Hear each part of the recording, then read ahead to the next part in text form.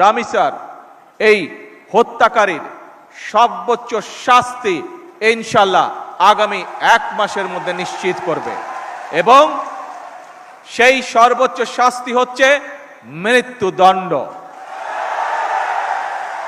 ঢাকার মিরপুরে একটি নিষ্পাপ মেয়ের নির্মম মৃত্যুর মাধ্যমে মানুষের মানবিক মূল্যবোধের চূড়ান্ত অবক্ষয়ের চূড়ান্ত প্রমাণ মিলেছে। শিশু নির্যাতন বা নারী নির্যাতন বর্তমান সরকার কোনোভাবেই মেনে নিবে না। সকল সম্মানিত উপস্থিতিবৃন্দ, দীর্ঘদিনের ফ্যাসিবাদী শাসন শুধুমাত্র দেশের মানুষের অধিকার আর দেশের অর্থ সম্পত্তি লুট করেনি, বিচার বিভাগ সহ দেশের সমস্ত প্রতিষ্ঠানগুলোকে ধ্বংস করে দিয়েছে।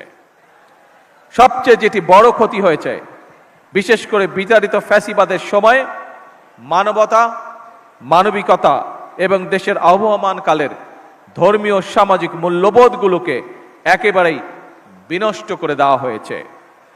ঢাকার মিরপুরে একটি নিষ্পাপ মেয়ের নির্মম মৃত্যুর মাধ্যমে মানুষের মানবিক মূল্যবোধের চূড়ান্ত অবক্ষয়ের চূড়ান্ত প্রমাণ মিলেছে।